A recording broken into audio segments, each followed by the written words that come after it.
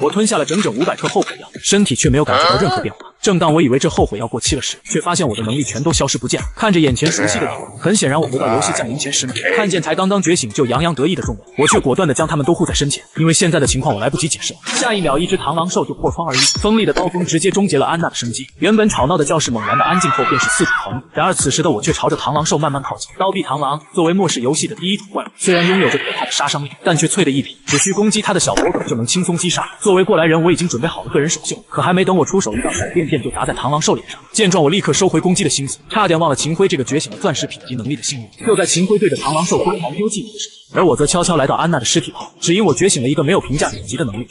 只要是尸体，我就能将其灵魂吞噬为神魂点数，并且能够掠夺天赋收为己用。神魂点数+1，获得能力侦查，品级黑铁，竟然是个没有任何战力的低阶能力。但好在其灵魂还能在以后炼制成魂肉。另一边的秦晖凭借着钻石顶阶的能力，在没有任何技巧的狂轰滥炸下，还是击杀了螳螂兽。见此，我立刻走到螳螂尸体前发动吞魂，神魂点数+2，获得能力刀臂，品级轻口。就在我暗自窃喜的时候，却被一声呵斥打。见状，我并没有丝毫慌张的跑，我只是想试试我的侦查能力。英子安闻言面露嘲讽道：“原来是个废物，去一边侦查去，别摸辉哥的战利品。”见状，我强压心中怒火，退至一旁。虽然现在的我已经有了攻击手，但还是太弱了，并不是惩戒这些小垃圾的时候。这时，英子安已经拿到螳螂兽的元晶交给了秦晖。辉哥，是一颗1阶元晶。满脸强者姿态的秦晖毫不犹豫就吸收了元晶。我们大家要想办法得到更多元晶啊！闻言，英子安立刻附和道：“大家分头找元晶给辉哥。”没想到下一刻就有人不满地说道：“凭什么我们要把元晶白白送给他？”然而秦晖一脸不屑道：“就凭我有钻石品阶的闪电剑而你没有。”下一秒，反对之人就被劈成了焦尸，一瞬间惊呼声四起：“秦晖，你疯了！你怎么可以杀人？”眼看人群就要失控，只见秦晖抬手又是一记闪电剑，又一具焦尸倒地。这下人群彻底安静了下来，都在恐惧地看着秦晖等待指令。然而我却再一次退至众人身后，拖来2具尸体。这看似十分狗腿的行为，实则又为我增加了2点神魂，并且还有急速和巨力2种能力。随后众人都被秦晖赶出教室寻找元晶。对于秦晖将会得到大量元晶增加经验值，我却丝毫不慌。玩家虽然可以通过吸收元晶升级，看似十分普通的晋级渠道，实则暗藏玄机。因为玩家一周只能吸收10颗元晶，但没有元晶等级限制。同样吸收10颗元晶，全部吸收1阶元晶的玩家等级肯定落后吸收2阶元晶的玩家。当然，这样的隐藏规则也只有我知道。而我现在还有更重要的事情要做。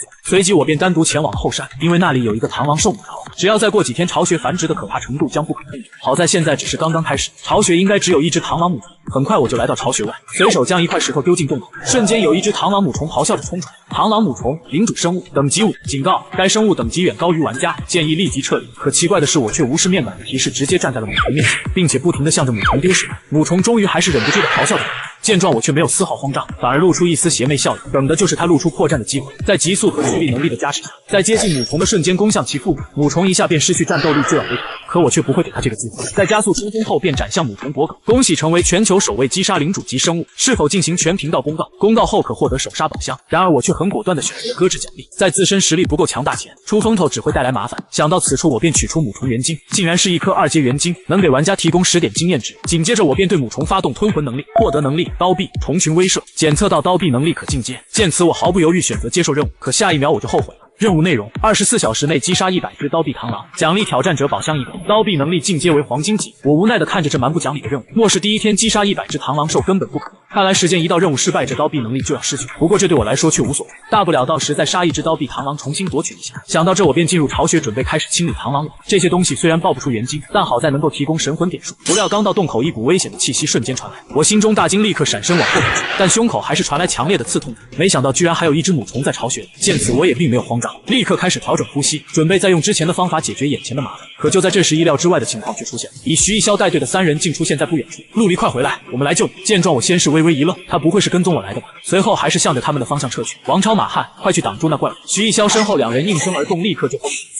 而徐艺潇则发动增幅能力为2人助力，但在一只6级母虫面前失败是迟早的事。见状，我立刻对徐艺潇说道：“让马汉全力攻击母虫脖梗。”暗地里我则发动能力红群威慑。虽然我与这母虫整整差了6级，但好在还有徐艺潇的增幅能力加持，所以母虫还是出现了片刻的僵持。马汉见状，瞬间发力直击母虫脖梗。一瞬间，徐艺潇3人皆是一脸的难以置信，眼前的母虫明明是6级的领主生物，竟然被他们3个0级玩家弄死。难道越级击杀这么容易？但徐艺潇很快就意识到不对劲，你怎么知道脖梗才是他的弱点？闻言，我只是很随意的说道：“我的能力不就是侦查？”说完便不再理会发乱的3人，来到尸体旁。神魂点数+15，虫群威慑能力可进阶，是否接受进阶任务？看着面板，我陷入沉思。这个进阶任务不会让我24小时击杀100只母虫吧？毕竟这个能力可不太好获得，而且还那么的好。可就在这时，徐一潇却开口问道：“你的侦查能力是不是能看到元晶位置？”我想也没想，下意识回答：“是。”结果还在任务的选择界面，任务触发成功，24小时内越级击杀1名玩家，奖励挑战者宝箱3个，能力虫群威慑进阶为铂金品阶。我上早吧。王超攥着刚刚挖出的3阶元晶，满脸惊喜。一番思量后，还是交给徐一潇，并说道：“班长，你是头，你来分配。”见状，我立即出言打断道：“如果你们不想死，最好别动这颗元晶。”徐一潇的眼中露出一丝不解：“你这话什么意思？”“就是字面意思。”说完就向着洞穴走去。毕竟现在的我一连触发2个任务可是很忙的。原地的徐一潇一脸气愤：“牛什么牛？要不是我喜欢你，你现在已经被母虫吃了。”很快我便再次进入洞穴，确定在没有其他母虫后，便开始清理这密密麻麻的虫卵。但徐一潇3人还是跟在身后，对此我也并未介意，毕竟我只是想清理虫卵，增加点神魂点数，多3个人帮忙清理还能节省体力。一番忙碌后，收获了近20点神魂点，玩家神魂点数达到50点，解锁魂兵。以我现在的魂点，就可以重塑一头2级刀臂螳螂，而且只要我的神魂点数不会归零，魂兵就会不死不灭，这将会是现在的我最强大的底牌。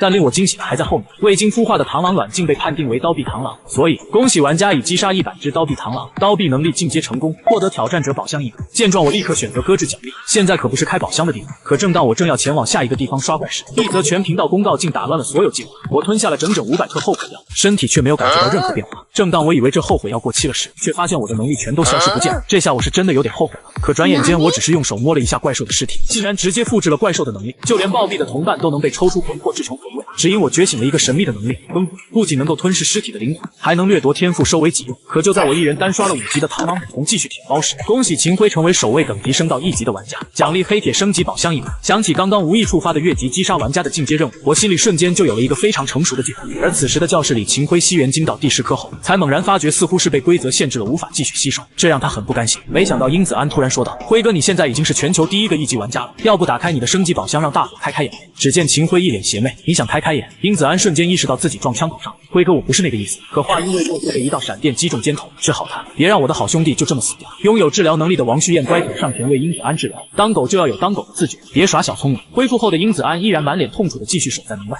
秦晖不曾发现的是，殷子安眼中还有无尽的杀意。很快我便回到了教室中，殷子安殷勤的接过元晶，就要献给秦晖。辉哥，这可是1颗2阶元晶啊！这让秦晖不由得开始细细端详起来。可他却忽略了殷子安那谄媚的眼神早已不见，取而代之的是那瞬间插入胸膛的利爪。拿我当狗你也配？王旭燕下意识就要为秦晖治疗，谁帮他我杀谁。殷子安手中的利爪反复刺入后，这才将凉透的秦晖丢至一旁。然而没想到下一刻，殷子安却看向我：“陆离，别在这假惺惺的，别以为我不知道你心里打什么算盘。你还知道什么？咱们合作一起在这末世闯出一片天地。”闻言，众人皆是心中大惊，原来这次的变故都是这个黑铁废物一手策划的。京城赵家、族爷，我这边2家已经获得了元晶，要不别管那本破书，直接让手下人提升等级算了。老者瞬间大怒，要不是从陆家手里夺来这上古秘术，你以为我们秦家怎么能在这次复苏战争里站稳脚跟？男子见状，看向一旁的女子：“小妹，军队里有什么消息？我只知道复苏进程在不断加快，但上头迟迟没有给出具体行动命令。但有一点可以确定，上头禁止任何人吸收元晶提升等级。”老者闻言喃喃道：“如此看来，军方也有高人。看来古书的预言8、9不离10。吩咐下去，如果有觉醒铂金以上品级的秦氏子弟，那就可以拉拢培养。”此时学校的一间教室里，殷子安一脸严肃，伸出手道：“想找我合作，你总得拿出点诚意吧。”迟疑片刻，我将早已准备好的元晶取出。殷子安见状，一把拿过元晶，吸收殆尽。玩家殷子安成为全球首位2级玩家，已完成全球公告。下一刻，2个升级宝箱就出现在殷子安面前。然而此时的我却只是平静地看了看时间，距离12点还有10分钟，届时等级榜将出现，等级排名前100的玩家将会彻底暴露在所有人的视野里。与此同时，越级挑战机制也会出现，只要越级击杀成功，便会获得杀戮宝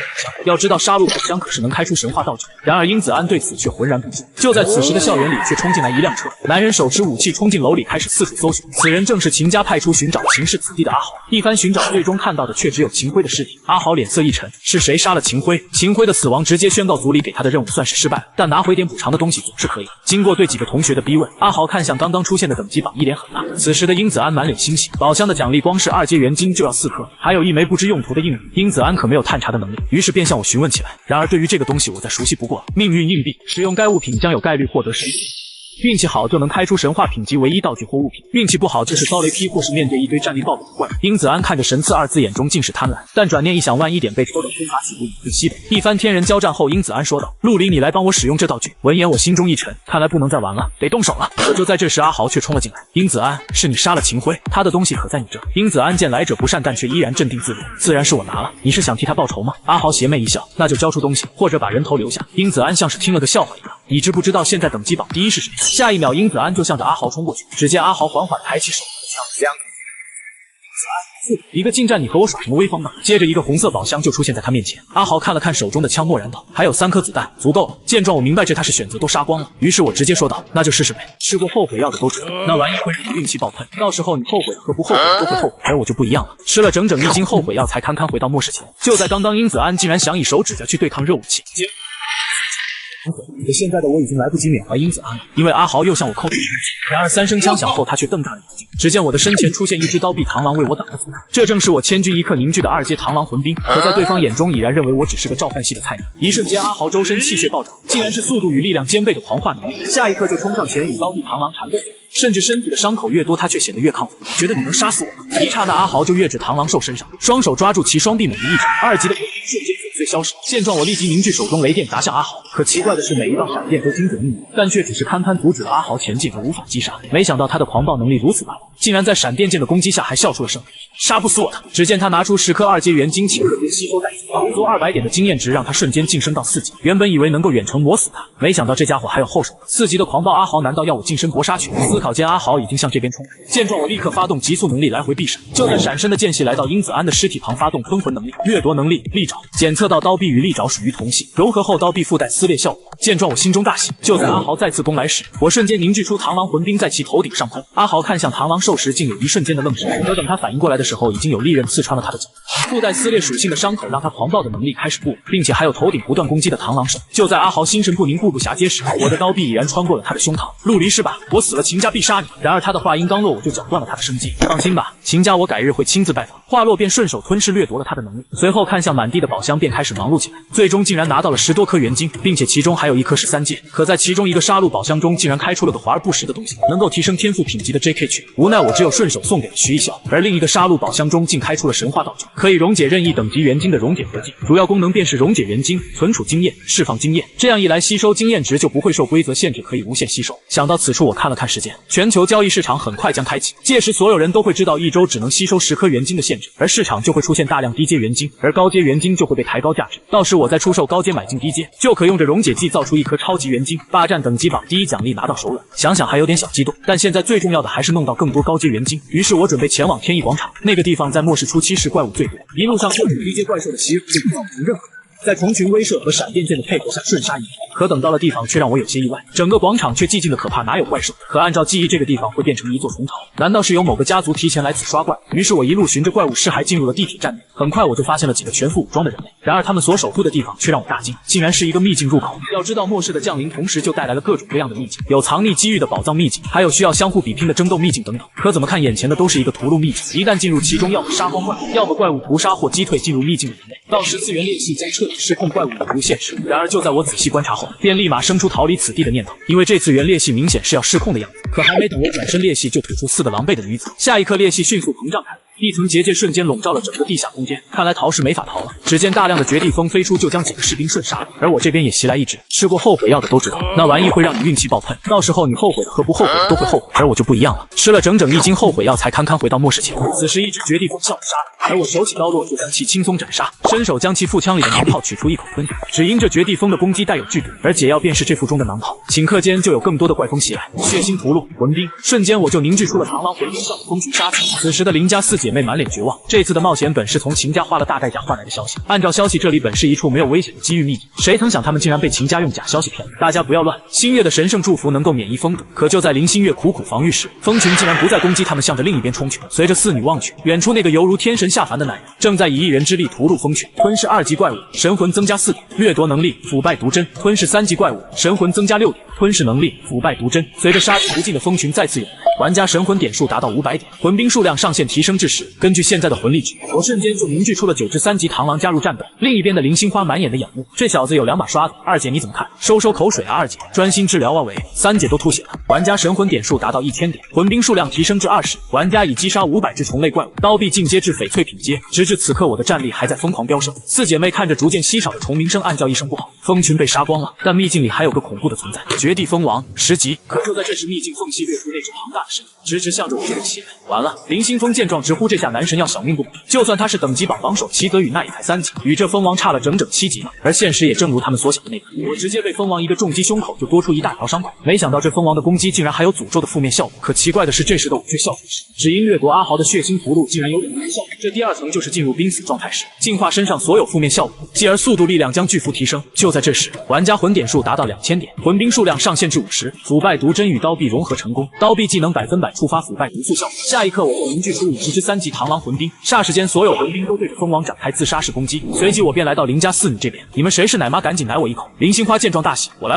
如此这般，然后在那边，待我满血回到战场上，魂兵已经折损大半。见状，我直接收回魂兵，打算亲自出手。因为这蜂王虽然战力强悍，但弱点也极大，那就是耐力极差。想必现在的他也是快到耐力极限。下一刻，我就与蜂王正面交锋，看似不致命的劈砍，却每一刀都有腐败毒素。很快，蜂王就力竭坠地，开始横冲直撞。见时机成熟，我直接斩向其头颅。恭喜玩家解锁隐藏称号，越级击杀。称号效果：每次攻击将有1%几率触发绝对必杀。这个确实算是意外之喜。要知道称号的获取条件极为苛刻，随手将称号挂在了自己的名字旁边，便对着蜂王发动吞魂。蜂王的能力虽然只是黄金品阶的诅咒符针，但可不是单纯的削减生命值的毒素，而是同时无视治疗效果的诅咒。于是将其与我的刀臂进行了融合，而融合后的刀臂竟附带100%触发的诅咒毒素效果。这样一来，现在的刀臂上就有3个附带效果：撕裂触发概率50%，腐败毒素触发概率100%，诅咒毒素触发概率100%，再加上越级击杀1%触发概率的必杀技。这样一来，我只能说有几率一刀999。接着我打开蜂王尸体上出现的宝箱，没想到只是一瓶去除一切负面效果的净化药剂。哀叹一声，我看向满地的尸体，有些犯难了，每一个都要取出元晶，这工作量得把我累死。灵机一动，我来到4女面前，可还没等我开口，林星锋就恭敬地说道：“感谢你出手相助，我们林家不会忘了这份恩情，可不可以加个好友？林家会想办法报答你。”思索片刻，发现林家好像也不在复仇名单上，于是便同意了林星锋的请求后，接着说道：“报答就不必了，把这些元晶收集起来，通过好友交易发给我就行。大姐你快来，三妹她快不行了，要是不能消除这诅咒效果，任何治疗都没用啊！”林星锋瞬间想到眼前这个男人和蜂王战斗那么久都没事，肯定是有解除的办法，心中一狠，直接跪在我面前：“陆先生，求求你救救我妹妹！”然而我只是冷漠地说道：“要我救人也可以，不过条件就是让林家上下奉我为主。”我吞下了整整500个后悔药，然而不仅没有后悔死，竟然还觉醒了吞魂天赋。就在刚刚，秦家竟想以100人的武装队围剿我，然而就在罗红模式却在卧室，对讲机里就传出接连的惨叫：“红姐对吧？下车谈谈怎么样？”罗红聚精之下有了破釜沉舟的想法：“老黑、小八、阿坤升级！”车内3人立刻掏出元晶吸收，瞬间3人气势就暴涨到4级。红姐你待在车里，我们下去把那故弄玄虚的小子宰了。罗红瞪大双眼，试图从车窗看出一些胜利的契机，然而死寂一片的车外似乎什么都没有发生。真的不打算下来谈吗？当我的声音再次响起时，瞬间就扯断了罗红最后一根紧绷的心弦，疯了一般的冲出车外。然而呈现在他眼前的是无数密密麻麻的怪物群，而我就面色淡然的站在前方。这么多，你到底觉醒了什么天赋能力？然而我只是淡然的说道：“做个交易，86颗2阶元晶，28颗3阶元晶。”罗红听到这个数字时瞬间呆滞，因为我报出的数量恰好是秦晋这些天的全部收获。然而罗红很快就冷静下来，我拿不出那么多，最多30颗元晶库存，这么绝密的事情，他料定对方只是运气好蒙对。然而暗地里却向秦晋发送了一条消息：“红，你被陆离控制了。”他怎么会知道元晶的具体数量？你能脱身吗？红，秦晋怎么也想不明白，这次围剿完全占尽了先机，又怎么变成了这样的结果？逃不掉的，所有人都死了，只有我一个活口。秦晋瞬间心中焦急万分，我看到你的位置了，拖延时间，我现在带人来救你。可就在此时，我却开口道：“把秦晋删除，否则……”秦晋看着消失的实时位置，心中大惊，然而却又收到了一条消息：温馨提示，0点之前看不到元晶，罗红会死。秦晋看着倒计时2分39秒，瞬间大爆粗口，一旁的手下忍不住小声嘀咕：“晋哥，嫂子末了，下一个更乖，要以大局为重啊！”我去你知道罗红的能力是什么吗？化石凝晶，要是他死了，族业都会把我赶出秦家。而此时的我正带着罗红在城市里兜风，此举当然只是为了防范被秦家定位到。就在时间接近0点的那一刻，秦晋请求交易，交易内容2阶元晶86颗，3阶元晶28颗，需要支付5。见此我邪魅一笑，转手就将元晶交给了徐一笑。全球交易市场已经上线，他要做的就是等高阶元晶暴涨后，将这些元晶全部换成1阶元晶。而一心想要高阶元晶的秦家和其他家族，到时必然会拿无尽数量的1阶元晶来交易，之后我就可用元晶溶解剂造出一颗超级元晶了。想到此处，我心情大好。你不是想知道我的能力是什么吗？下一刻，我的身边凝视出魂位形态的安娜。先前你的人的确2次干掉了目标，不过那并不是陆离老大，而是我。就在罗红震惊到无法言语时，安娜的身形就变化成了阿豪的模样。罗红被再次震惊：“阿豪，你不是已经……没错，嫂子，但我现在是老大的魂位，老大仁慈，没抹去我的意识，所以我就告诉了老大所有情报。”罗红这才恍然大悟，怪不得事情会变成这样，没想到秦家会招惹到这样的人。可就在罗红思索片刻后，竟开口道：“陆离，你的能力很强大，有没有兴趣加入秦家？条件随便开。”闻言我瞬间哑然，没想到这大家家族的女人心性和胆量如此高，但很快我却笑出了声。罗红啊罗红，你再念念我的名字，看看我姓什么。此时的秦家，秦晋看着开始交易的市场，交易比例在以夸张的趋势上涨，现在竟然涨到300颗1阶元晶置换1颗3阶元晶。晋哥这样下去，我们1颗高阶元晶都拿不到，要不要抬价？只见秦晋咬了咬牙道：提高比例，我们一定要拿到最多的高阶元晶，实在不行，我们还有罗红的凝尸成精。与此同时，一处罗红再熟悉不过的陈旧别墅，罗红正一言不发地跪在地上，因为这个地方他来过，而且现在所跪着的位置正是当年折磨那对陆氏夫妻的地方。可他怎么也想不明白，当时做得很干净，只是有一个遗孤，可就算那遗孤是现在的陆离，他又怎么会知道当年的真相？此时我向徐一潇发送了条消息，先把收集到的1阶元晶发一批来。没过多久，徐一潇就发来交易请求，交易内容1阶元晶98700颗，需要支付无。下一刻屋里的1阶元晶就堆成了小山。罗红见状惊讶的想说点什么，就被阿豪一记猛踹，老大让你忏悔，你能不能诚心点？罗红表现出一脸无辜的样子，我什么都不知道啊，这是什么地方？他很清楚，在事情没有真正败露前，得坚持自己和此地没有任何关系，否则就算自己有10条命都不够眼前这人杀了。可一声惨叫后，又被阿豪踹掉了几颗牙。此时对于那边的情况我视若无睹，全心忙碌着将所有元晶都融进溶解剂中。而半小时后，徐一潇又发来一批1阶元晶，此时的1阶元晶数量竟有13万颗之多，这远远超出了我的预期。你是怎么做到的？垄断呗。先前在收1阶元晶的时候，我故意留出差价，为的就是让其他人认为可以利用倒买倒卖的方式从我这里获利。当交易接近尾声，他们才发现真正收1阶元晶的人只有我一家，于是怕砸在手里，这就开始不计代价的抛给我了。不过我现在手里还有5000颗的元晶欠条，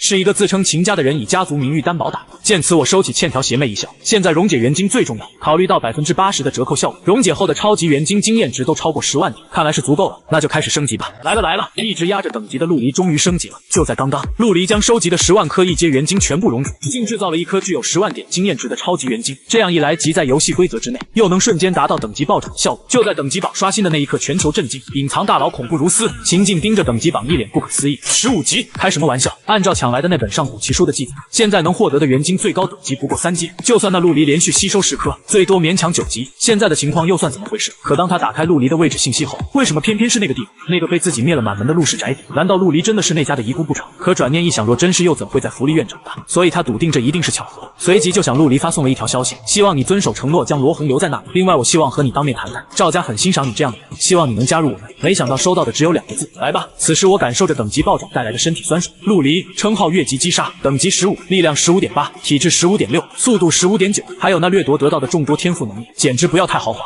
随后看着从挑战者宝箱开出的2个糖豆，无用的糖豆，吞服后可将隐藏属性显现。见状，我毫不犹豫直接吞下，只见我的数据上就多出了幸运值的属性，随即我就将这次升级得到的15点自由属性全部加在了幸运值上，这才满意的点点头。实力提升完毕，接下来就该复仇了。一边的罗红看见走近的我，便立即摆出可怜兮兮的模样，刚想说点什么，就又被阿豪踹了2脚。别说话，老大让你忏悔，你咋就听不懂？我抬手制止了阿豪后说道，既然你想不起来，那我就先给你讲个故事吧。从前有2个女孩从小红到大，一个叫小兰，而另一个叫小红。虽然小兰家境殷实，小红家境窘迫，但最终2人还是成了最好的闺蜜。所以小兰时常向小红给予经济上的帮助。可慢慢的，小红开始觉得一切都理所当然。直到有一天，小兰家道中落，可恰好此时小红母亲病重急需用钱，而小兰却没能再次给予帮助，所以小红的母亲还是离世了。然而悲痛的小红认为这一切都是小兰的错。直到那么一天，小红得到了一个能彻底报复小兰的消息，所以就无情的出卖了小兰一家，最终亲手将一根根钢针钉进闺蜜的身体。你觉得这个故事怎么样？小红听完这一切的罗红恐慌至极，你是怎么知道的？当初秦家做的那么隐秘，这不可能。可我就是知道了。那么你还有什么想说的吗？罗红一个冷战就不停的磕头，这一切都是秦家逼我做的，我不那么做，秦晋就会杀了我全家，求求你饶了我吧。然而看着一脸悔悟的罗红，我却轻笑道，如果想要拖延时间，大可不必这样。随后我便拿出了一张从宝箱中开出的好东西，一张门票。就在此时，外面也传来汽车的轰鸣声，下一刻罗红竟满脸恶毒，陆离，你还有的选。你知道秦家为了复苏战争筹备了多久吗？要是我死了，你绝对无法活着离开的。这一刻的罗红只觉局势逆转，无比激动。见此，我只是暗叹一声这人性的卑劣，随后直接走向门外。罗红在哪？就在里面呢。秦晋见此不由赞叹一声，果然豪爽。现在只要你点头加入我秦家，往事咱们一笔勾销。闻言我不由得想笑，你们这2夫妻真是绝了，脑回路简直一样。下一刻，只见阿豪拖着罗红走出来，秦晋见状心中大喜，刚想上前，然而就在下一秒，阿豪的大手就捏断了罗红的脖子。怎么样，秦晋，这个回答还满意吗？他的死只是个开始。话音刚落，我手中的门票便燃起大火，气急败坏的秦晋大喊道，给我杀了他！秦晋来之前可是做足了突发意外的准备，不光人员火炮齐全，核心成员更是带足了升级的高阶元晶。然而下一秒，我的身形就在原地消失，留下的只有原地暴怒的秦晋。欢迎来到星际枢纽竞技场等待区，现在为您匹配选手。见还有时间，我便向林新峰发了消息，先把收集到的东西发给我，时间有些紧，加上林家的储备，现在只收集到700公斤黄金，够用了。这2天留意秦家的动作，不要出现什么意外。关掉聊天后，我开始思索起来，我之所以暂避锋芒，就是清楚秦晋会倾巢出动，我的复仇名单上可不止秦家。必须稳扎稳打，步步为营。等走完这步棋，不出3日，秦家一脉必将在这永恒消失。可就在这时，空间竟传送进来一个帕鲁人。看来竞技场对我的战力评分不低啊，竟然是双人对战。那么这就意味着在比赛开始前，我就可以实施我的计划了。第一次进入只有生还者才能离开的星际决斗场，陆离竟要求连打100场。你们好新鲜的菜鸟，我是本场比斗的裁判，绝对公平的化身。迪奥炸天！此时的陆离第一次进入星际角斗场，就被匹配到了一个胆小的帕鲁人队伍。我能直接认输吗？此话一出，吓得我赶紧补救。不，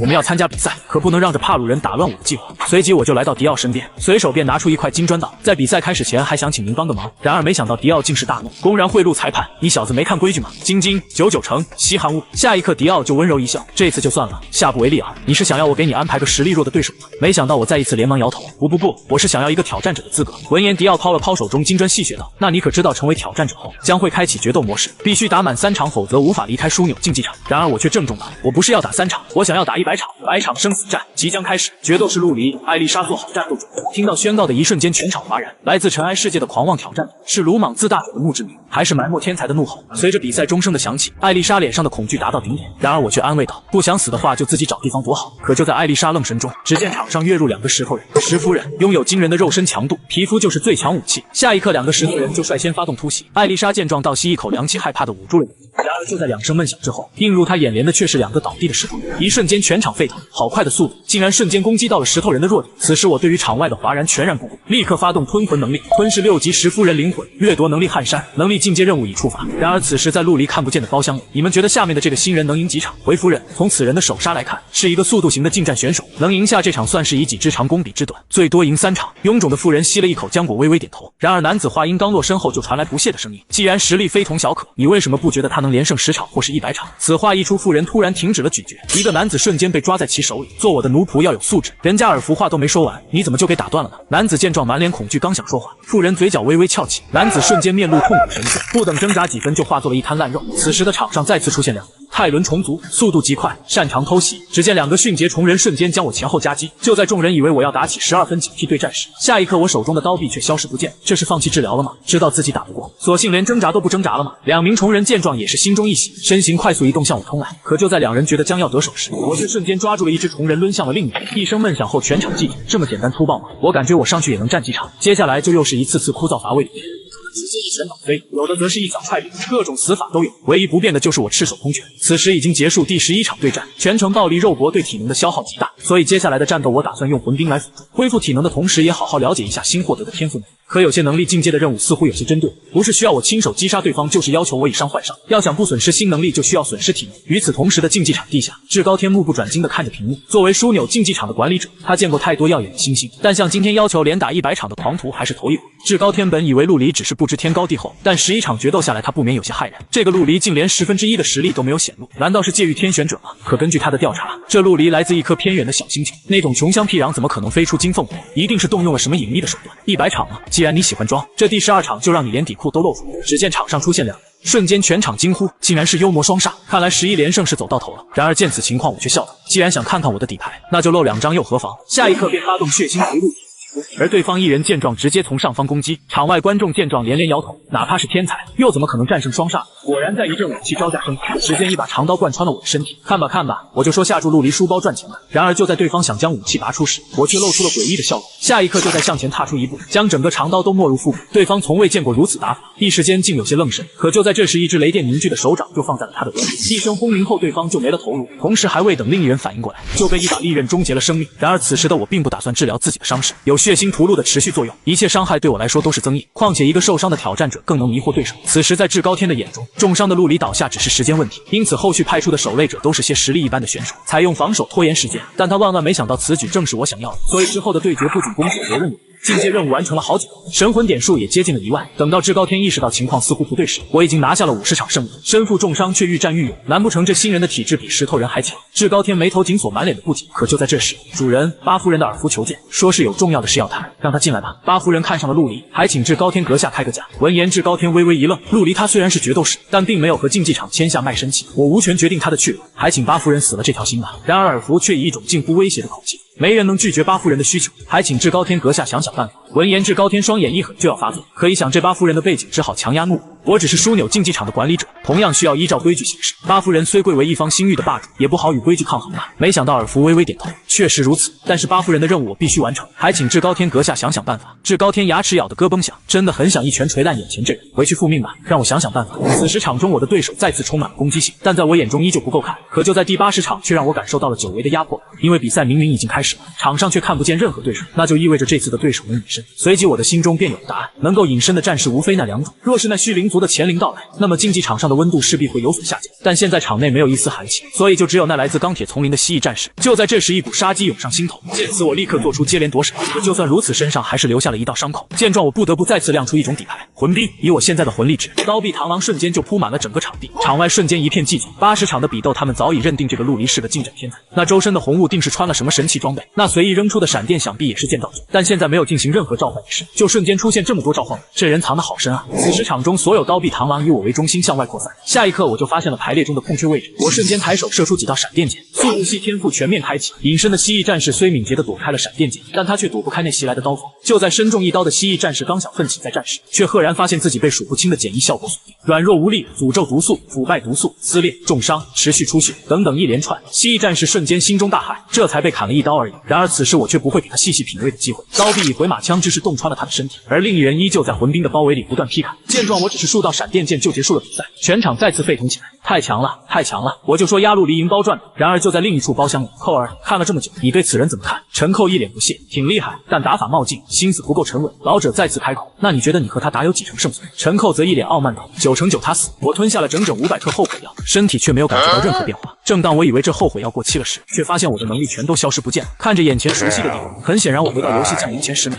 此时我已经在星际角斗场鏖战80场，每场都是以1敌2，但对于我来说还只是消耗了一些体力而已。然而就在八夫人的包厢中，夫人，要不奴家再去一趟？至高天恐怕低估了陆离的实力，这样下去。然而八夫人却柔声道：不急，还有20场，这次的对手不过是试探而已。陆离这小子的确很强，但底牌已经出完了。如果我没猜错，至高天马上就要派人跟他签卖身契了。果然就在这时，迪奥来到我的身边。陆离，你小子交好运了，有人看上了你，要把你买下来。闻言我则不解道：可我并不属于竞技场，又何来被人买卖一说？你现在当然不属于竞技场，我来就是让你签下这份卖身契，后边20场比斗只会给你安排些实力弱的对手，助你100场连胜。当然如果不签的话，竞技场将会给你安排无法战胜的对手。说完，迪奥无奈地耸了耸肩，他可是压住700公斤黄金陆离100场全胜，但眼下至高天已经插手了，他迪奥再怎么炸天也只是个裁判。闻言我面色顿时冷了下来，卖身契的事情不要想了，赶紧让比赛继续吧。果然一切都如迪奥所说的，之后登场的实力没有一个是20级以下的，整整5小时以1敌2鏖战18场，不仅将掠夺来的技能逐个用上，还几乎将我的体力全部掏空。然而迪奥却来到毫无存在感的艾丽莎面前，你看陆离已经坚持98场，体力已经达到极限了，最后2场至高天绝对不会让他活着离开，你去劝劝陆离签了这卖身契吧。闻言艾丽莎却有些发懵，我怎么劝得了他吗？人家一开始就直接说要打100场，就根本不管我愿不愿意。迪奥挠了挠脑袋，死马当个活马医，不然他真的死定了。于是艾丽莎鼓起勇气来到我身边，然而还没等她开口，你的天赋是什么？我的天赋能力是钻石品级幸运女神的眷顾。闻言我难以置信地看着这个划水了98场的帕鲁人，心中突然就有了个完美计划。艾丽莎见状却瞬间面色一僵，我的天赋品级是高了一点，但是真的一点用都没有。你不要生气啊，她的确觉得自己的天赋没有任何作用，因为每次使用后不仅不会给她带来幸运，反而不幸更多一些。然而我却笑道，接下来的比赛你就持续使用你的技能就行。闻言艾丽莎猛猛点头，却完全忘了自己是来干嘛的。不一会，随着守卫者的登场，全场瞬间沸腾起来，竟然是陈家的刀奴。竞技场这次可是下了血本，不知道这刀奴复刻的是陈家哪一位子弟。而此时就在陈家的包厢内，陈寇听着此起彼伏的欢呼声，嘴角高扬。这次上场的刀奴等级虽然被限制在25级，但复刻的可是他的战法，一个30级年轻天才的战法，这根本就是虐杀。不过也好，在这一场就将陆离干掉，至高天那点小秘密就不会这么早暴露。此时场上的我也确实没有料到会是这刀奴，但这也并不意味着自己没有一战之力。心念一动，魂卫安娜和阿豪就出现在场上两侧，而我则是凝出刀臂，发动血腥屠戮第2阶段，屠戮急速愈合，发动原本大大小小的伤口迅速愈合。陈家刀奴开战，陈家狂刀以狂乱著称，一时间凌厉的刀法裹挟着巨大的压迫感。若是常人此刻早已呼吸凝滞，但我可不是常人。早在上一世，我曾意外获得一本残破的刀谱，觉得有用就学了，后来才知道那便是陈家狂刀的基础功法。然而陈家正因为缺少了这基础篇，导致练出来的狂刀如无根浮萍，无法圆满。后来得知我手中的刀谱后，竟设计陷害，所以陈家也在我的复仇名单上。此时看着下方站的有来有回，陈寇嘴角已经不再翘了。复刻自己战法的刀奴无法斩杀陆离，那就意味着他这个陈家百年难得的刀法天才，还不如一个初出茅庐的新人。爷爷让刀奴用天赋，然而陈立却摇头不语。其实按照他的想法，是想借刀奴与陆离的决斗来搓一搓陈寇的傲气，一旦达到目的，便会让刀奴使用暴怒天赋解决战斗。但现在情况有变，因为他竟然在陆离的刀法里看到了陈家狂刀的本质。若能看完陆离施展全套刀法，加以揣摩，必能弥补缺失的前3重刀法。然而就在这时，场上的我似乎是体力耗尽一般，刀奴见状长刀斜劈而下，直取头颅。然而下一秒，刀奴的刀并未落空，我却也毫发无损，因为被劈的是魂卫安娜，而我却出现在了刀奴身后。只见安娜双手钳住刀奴的刀，而我则准备给他来个透心凉。然而刀奴身上瞬间爆发凌厉气势，见状我却丝毫不显惊讶，天赋发动的挺及时，但也该结束了。话音刚落，刀奴瞬间就被突袭的阿豪死暴打。尽管暴怒的刀奴很快斩杀了阿豪，但就这片刻时间，杀招已成。只见我的速度突然暴增，一瞬间刀奴的长刀和手级一同被斩断。下一刻陈寇人傻了，这可是开了天赋的25级刀奴，而且不是死于偷袭，而是死于正面击杀。爷爷，陆离他是怎么做到的？他竟真的杀了刀奴，他是不是比我还强？陈立见状心中一疼，打击过头了，怀疑人生了。然而这样的结果无疑也在打他的脸，你这陈家刀法不过如此，领先10个等级还不是照样被我杀了？与此同时的至高天暴怒道，最后问他一遍到底签不签卖身契。迪奥一脸沮丧，他怎么可能会签吗？果然我给的就是这个答案。不过我却向迪奥提了个小请求，以1吨金晶为报酬，让他为我拖延10分钟的时间。随即我开始将比赛中收集的元晶拿出，开始吸收起来。一瞬间迪奥的小脑都要萎缩了。要知道比赛开始后，竞技场会暂时锁死玩家数据，此间玩家不可以进行4维属性加点的。但眼下我的操作又是什么呢？此时我在吸收所有元晶后，竟得到10点自由属性点，随即从口袋中拿出幸运糖豆丢进嘴里，紧接着在迪奥惊讶的目光中开始4维加点，将所有点数全部加在幸运值上。此刻再配合艾丽莎的幸运女神的眷顾，总幸运值到了惊人的85.8，可以开始比赛了。当最后一位守擂者登上台时，全场寂静。好久后，一人颤声说道：“这怪物该不会是地狱3头犬吧？真的是地狱3头犬，而且还是成年体的。”此刻看着对面如小山包的地狱犬，我的心也开始沉入谷底。地狱犬的天赋是破法领域，能够让一切等级低于它的天赋失去效果，唯有神圣系天赋可以破解。也就是说，现在的我只能用道具与这恶魔搏斗。然而想起道具，我忽然想起一事：3天前成为全球首位击杀领主级生物的宝箱，当时为了低调行事，没有进行公告领取，于是我立即进行全球公告领取奖励。下一刻，一个宝箱就出现在面前，而就在这时，3头犬也发动了攻击。我当机立断抱起宝箱就跑，边跑边取出奖励物品。道具名称：虫牙短笔，品质：劣质可升级，功能描述：吸收目标属性且永久复刻，吸收过程不判定为攻击。备注：不管怎样，请务必喂饱它。我吞下了整整500克后悔药，身体却没有感觉到任何变化。正当我以为这后悔药过期了时，却发现我的能力全都消失不见了。看着眼前熟悉的地方，很显然我回到游戏降临前10秒。当我看见眼前巨型的地狱3头犬时，瞬间拿起宝箱便开始拼命逃跑。只因这头恶魔的破法领域限制了我所有技能，只能使用道具进行攻击。然而我却从宝箱中开出了一把诡异的匕首，虫牙短柄，能够吸收目标属性且永久复制。下一刻，只见刀柄处就伸出一排尖牙，瞬间就咬住了我的手掌。只是一瞬剧烈的疼痛就让我难以忍受。差不多得了，打完这场让你吸个够。没想到匕首好像听懂了，立刻停止了吸水，而其不仅品质从劣质变成了普通，而且竟然复制了我刀臂的一切属性，包括诅咒、毒素、软弱无力、持续流血等一系列。最终我看了眼自己名字旁边的称号，心中一沉，越级击杀，1%概率触发一击必杀。随即我便选择不再逃跑。然而意志边缘 OB 的艾丽莎见我拿着一把匕首应战，心里刚起的希望瞬间泯灭，还不如继续跑呢。这和给那大家伙送菜有什么区别？果然只是几个回合下来，我只是给对方造成了一丢丢皮外伤，而我自己却已经体能下降，狼狈不堪。下一刻只是闪避的动作慢了一瞬，就被一边的狗头咬住了武器，而另外2只狗头瞬间向我张开了血盆大口。就在这千钧一发之际，一块石子精准的砸在狗眼上。臭狗，放开那个男人冲我来呀！艾丽莎本以为这样就会让地狱犬放开陆离，不曾想地狱犬的尾巴下竟伸出一条蟒蛇，只是瞬间的愣神，艾丽莎就被大蛇控制。此时的艾丽莎深知自己无法逃脱，只能绝望的闭上眼。可就在这时传来一阵巨物砸地的轰鸣声，等她再次睁开眼的一刻，只见狼狈的我正用力遏制着蟒蛇的七足。我快坚持不住了，快过来帮忙！可是艾丽莎完全不明白发生了什么，还在一脸懵，直到看见远处破碎的狗头才反应过来。于是，在用力挣脱后，便捡起匕首，对着蟒蛇胡乱的捅了好几刀，总算将其击退。恭喜陆离，艾丽莎赢得100场决斗。反应过来的她瞬间瘫坐在地，难以置信。这个叫陆离的男人带着我赢下了100场，而我则走到地狱犬尸体旁边，抬手发动化尸凝晶。下一刻，地狱犬尸体就化作2颗6阶元晶。见我终于不再忙碌，迪奥立刻走来，谦卑的说道：“你不用支付之前许诺我的那1吨金晶了。”闻言，我有些意外。迪奥则笑着解释道：“因为我用你给我的700公斤金晶下注你连赢100场，现在你赢了，竞技场将会支付我35万吨金晶，而且为了感谢你让我大赚一笔，我决定分你20万吨。”然而面对如此慷慨的馈赠，我始料未及，不一会就在休息室中，你们这些智商比微波炉高不了多少的废物，滚开！只见一声叫骂后，满脸瘆人微笑的巴夫人对我递来一张名片。放心，我现在没有恶意，虽然一开始想用购买的方式得到，但现在你用实力证明了我的错误，所以请给我一个表达歉意的机会。如果遇到什么困难，可以随时通过这张名片联系我。就在这时，迪奥在我耳边低语道：“他可是海王星域的霸主巴夫人，持有这张名片，你不光可以自由出入海王星域，并且还是当地居民眼中最尊贵的客人。”海王星域，一瞬间我的脑子里就浮现出相关信息。这个星域可是镇守着一个巨大的魔眼，名为帕德提克，而在上一世界域魔潮大爆发，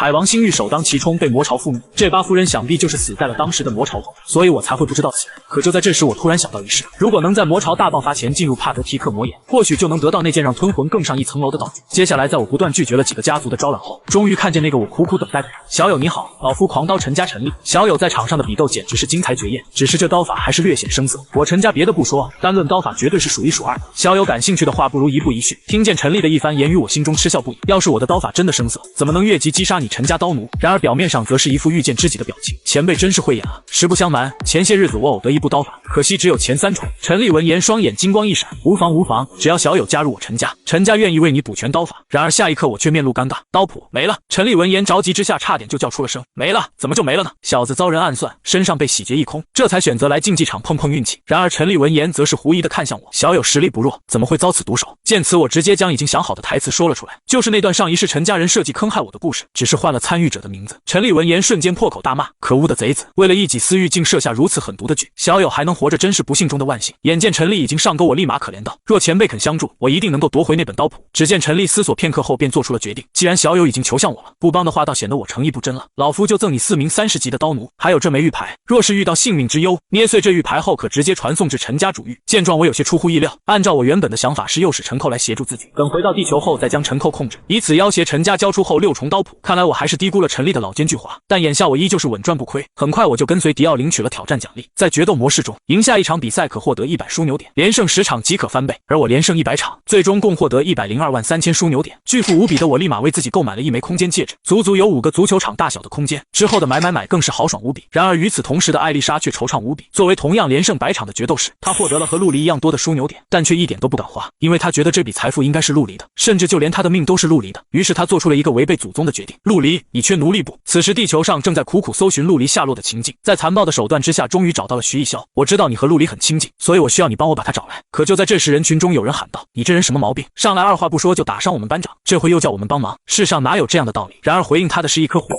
一瞬间，人群就要一哄而散。然而情境可不容许那样的事情发生，下一刻就被他的人团团围住。听好了，从现在开始，每隔30秒我就会杀一人，直到我得到陆离的消息。然而就在这时，一个轻蔑的声音响起：我只是单刷了一个100级的困难副本。镜下的星际霸主全身冷汗直流，不仅双手给我递上了名片，还要给我介绍海王星域的巨无霸。只因我可是嗑了后悔药的重生者，不仅拥有吞魂的逆天能力，还有熟知剧情的前世记忆。王虚燕，你果然把我们卖了，你还是人吗？可是站在秦晋身边的王虚燕趾高气昂，死瘦猴，话别说的这么难听，我们晋哥就是来问点事。谁知道徐艺潇竟敢不配合，王超立马上前扶起倒地的徐艺潇，只见他的腹部中了一枪，正不停流血。他们是来找陆离的。马汉闻言直接将2人护在身后。那你们找错地方了，陆离没有来过这里。然而秦晋一脸不屑道：我当然知道他不在这，我们只需要他帮我把陆离找来。可就在这时，人群中有学生喊道：你说帮你找就找啊，上来二话不说就打伤我们班长，现在又叫我们帮忙，世上哪有这样的道理？秦晋闻言只是微微偏头看向那名学生，下一刻就有一颗子弹从其眉心穿过，反应过来的人群瞬间炸锅四处逃跑。可秦晋却不会允许这样的事情发生，10几个蒙面男子很快就将所有人围在一起。下一刻，秦晋看着徐艺潇淡淡的说道：我的需求很简单，只要你帮我找来陆离，但我的耐心非常有限，只要他不出现，每过30秒我就会杀一个人，哈哈哈。可就在这时，马汉立刻架出火焰长弓，王超也发动坚如磐石能力。真当我们几个是你捏的吗？不许滥杀无辜！秦晋看着眼前的2人，只是呵呵一笑，完全没当回事。然而30秒很快就到了，随着一声枪响，就随即带走了一条生命。马汉瞬间大怒，混蛋！同时手中火焰箭矢爆射而出，眼看就要正中其眉心。可奇怪的是，那秦晋却不躲不避，反而笑得更加肆无忌惮。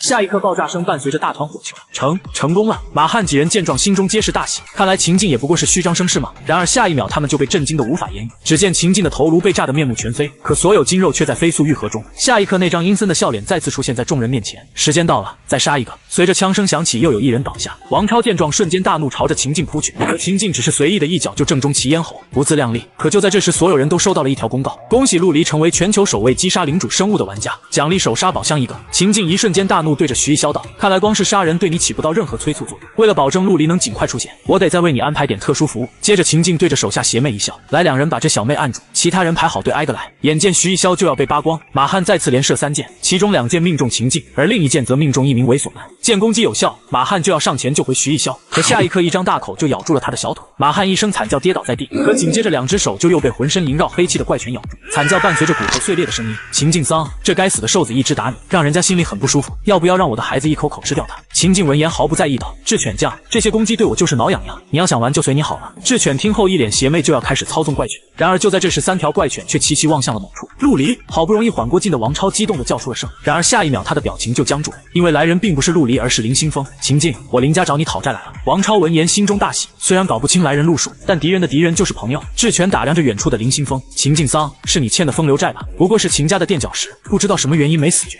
还像个苍蝇飞来飞去的。智犬瞬间娇笑起来，他是苍蝇，那你不就是？哈哈哈！秦晋瞬间眼中满是杀机，但小松智犬的特殊身份，他只好将怒火撒在林新风身上，于是便狞笑道：林家大小姐上门讨债，怎么不带上3个妹妹？该不会死在屠戮秘境里了吧？话落就向着林新风一拳轰去，而林新风竟也不退，一拳迎上，往复几招后，2人齐齐后撤。林新风紧握双拳，疼得呲牙咧嘴，而秦晋身上伤口却又能瞬间恢复，随即抬手一挥，下一刻数道人影就将林新风围住。我说林家大小姐，真当你是一人抵万军呐？可就在秦晋话音刚落，一道剑光从黑暗中劈出，有所防备的秦晋还是被伤到了肩膀。与此同时，林家姐妹出现，群体治疗和神圣祝福的光华同时将林新风笼罩，下一刻双方就陷入一片混战中。此时的王超见还剩一个岛国将，应该是个召唤系，没什么近战能力，并且自己的副甲应该能挡住对方手中的枪子。怀揣着某种心念的王超动了，可眼看就要成功，突然之间枪响了，而王超眼睁睁看着自己身上被炸出血花，怎么回事？天赋失效了？可不容他考虑，又是2枪命中大腿，下一刻的他就无力的跌倒在地，哈哈哈，笑死我了！你这胖子真够蠢的，是不是疑惑自己的天赋怎么突然失效了？同时的小松智犬摸向自己胸前的吊坠，看到没？优秀品质的道具，魔晶吊坠，在我3米范围内，所有天赋都得失效。一瞬间，王超满脸的绝望，这奇怪的岛国女人，这还怎么打？可心中还是有种执念在告诉自己不能认输。只见他瞬间面色一狠，嘶吼着向前扑去。我你老了！小松智犬毫无防备，竟被扑倒。王超急忙伸手就要抢下魔晶吊坠，可奈何身负重伤，终究还是慢了半拍。下一刻便被智犬的一记膝顶踹飞。既然你着急死，那我就成全你。随即智犬就向着王超清空了台。奇怪，我好像挡住了什么东西。